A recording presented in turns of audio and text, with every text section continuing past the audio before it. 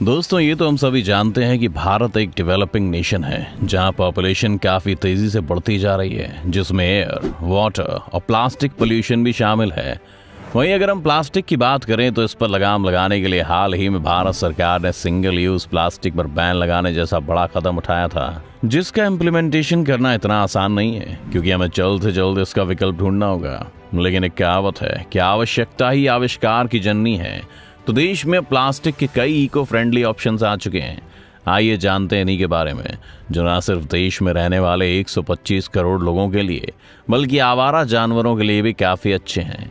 जहाँ तक प्लास्टिक की बात है तो ये न सिर्फ आपकी सेहत के लिए बल्कि पर्यावरण के लिए भी बड़ा खतरा है। एक आंकड़े की बात की जाए तो दुनिया में सबसे ज़्यादा प्लास्टिक की मैन्युफैक्चरिंग हमारे ही देश में होती है, लेकिन 1 जुलाई से सिंगल यूज प्लास्टिक पर लगने वाले बैन ने कई स्टार्टअप्स और प्लास्टिक बैन से पहले इको फ्रेंडली प्रोडक्ट्स बनाने वाली कंपनियों में एक नई जान फूंक दी है। दिल्ली में इको इंडिया नाम की एक कंपनी है जो गन्ने के वेस्ट मटेरियल से ऐसे प्रोडक्ट्स बना रही है जो पूरी तरह से इको फ्रेंडली है। आसान भाषा में कहें तो इन्हें यूज करने के बाद बड़े आराम से डिस्पोज किया जा सकता है और ये प्लास्टिक की तरह नदियों और सड़क के किनारे कचरे का हिस्सा नहीं बनते हैं। इस कंपनी में काम करने वाले लोगों में महिलाओं की भी अच्छी खासी हिस्सेदारी है और हर बार नया रोजगार ढूंढने वाले लोगों के लिए ये कंपनी एक परमानेंट काम करने की वजह भी बन गई है। इतना ही नहीं, आज के समय में इको इंडिया का नाम देश में इको फ्रेंडली प्रोडक्ट्स बनाने वाली कंपनी में सबसे ऊपर आता है। कब हुई इस कंपनी की शुरुआत? साल 2010 में जब इस कंपनी की शुरुआत हुई तब भारत में लोग एक बड़े लेवल पर सिंगल यूज प्लास्टिक का इस्तेमाल कर रहे थे।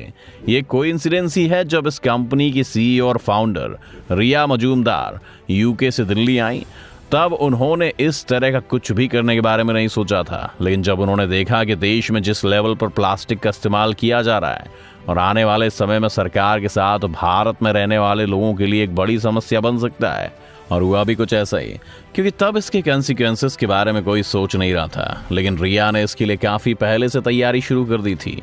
बता दें कि जब रिया मजूमदार यूके में रहती थीं तब उन्होंने देखा कि ज़्यादातर सभी डेवलप्ड कंट्रीज़ में इको फ्रेंडली प्रोडक्ट्स का चलन काफ़ी पहले से ट्रेंड में है।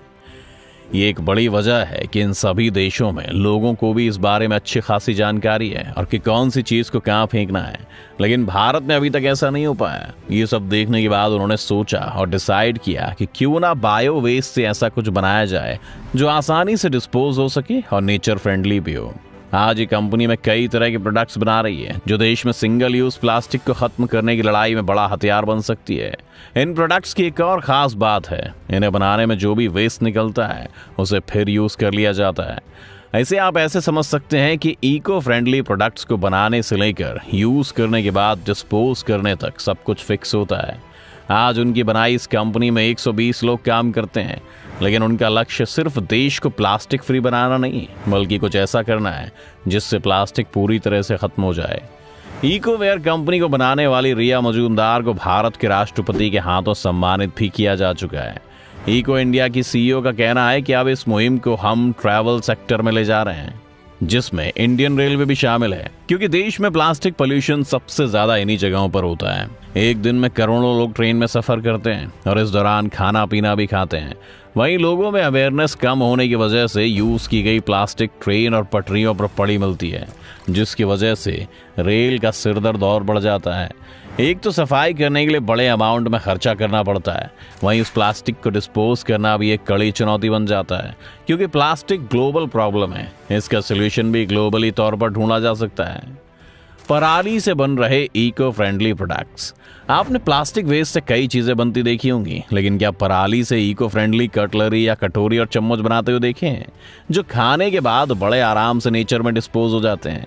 एक आंकड़े की माने तो हरियाणा और पंजाब में हर साल सर्दी के मौसम से पहले 2 करोड़ टन पराली को जला दिया जाता है, जिसकी वजह से जबरदस्त पोल्यूशन होता है। लेकिन साल 2014 में क्रिया लैब्स नाम का एक स्टार्टअप शुरू किया गया। आज के समय में जब सरकार प्लास्टिक को पूरी तरह से एनवायरनमेंट से बाहर करने के बारे में सोच रही है, ऐसे में लोगों के लिए अच्छा ऑप्शन हो सकते हैं, क्योंकि ये कॉस्ट में भी काफ़ी सस्ते हैं। आइए जानते हैं सब कैसे होता है। सबसे पहले धान को छोटे छोटे टुकड़ों में काट दिया जाता है। इसके बाद इन छोटे छोटे टुकड़ों को अच्छी तरह से धोया जाता है, जिससे इसमें मौजूद रेत और धूल बाहर निकल जाती है। इसके बाद धान से निकली इस पराली को भाप देकर पकाया जाता है ताकि इससे पेस्ट बन सके। आपकी जानकारी के लिए बता दें कि इस पेस्ट को पल्प कहा जाता है, जिसकी मदद से सांचों में डालकर कटोरी और प्लेट बनाई जाती है। इतना ही नहीं, इस कंपनी को चलाने वाले लोगों का कहना है कि हम इन्हें बनाने वाली मशीनों को जल्दी से लोगों के घर तक पहुंचा देंगे, जो इनके इनकम का साधन भी बन सकती हैं। ऑनलाइन फूड डिलीवर करने वाली कंपनियां आगे आईं। सरकार के सिंगल यूज प्लास्टिक पर बैन का कई कंपनियों ने खुले दिल से स्वागत किया है, क्योंकि वो देश को स्वच्छ बनाने की इस मुहिम में हिस्सेदार बनना चाहती हैं।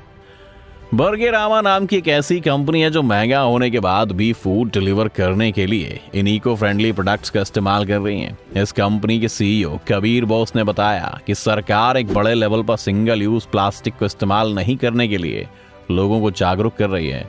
वहीं अगर हम सिंगल यूज प्लास्टिक को यूज करते हैं तो कहीं ना कहीं इससे हमारे ब्रांड की इमेज पर फर्क पड़ेगा, लेकिन वहीं ऐसा नहीं करने से हमारी अपने आप ही एक अलग तरह की ब्रांडिंग होने लगेगी। ऑनलाइन फूड डिलीवरी बनी सिंगल यूज प्लास्टिक की एक बड़ी वजह। सरकार ने सिंगल यूज प्लास्टिक पर 1 जुलाई के बाद से बैन लगा दिया है, लेकिन फूड की ऑनलाइन डिलीवरी करने वाली कंपनियां खाने के साथ फूड कटलरी भी दे रही हैं, जिनका एक बार के बाद दोबारा यूज करना यानी रिसाइकल करना काफी मुश्किल काम है। वहीं जब ये कचरे में मिल जाती हैं तो डिस्पोज ना होने की वजह से ये पोल्यूशन के लिहाज से सरकार के लिए एक बड़ी चुनौती है। भारत में हर साल 30 करोड़ टन प्लास्टिक मैन्युफैक्चर होता है, जिसमें से सिर्फ 50% ही रिसाइकल हो पाता है। बाकी का बचा हुआ कचरा सड़कों, नदियों और बाकी डंपिंग ग्राउंड में फेंक दिया जाता है।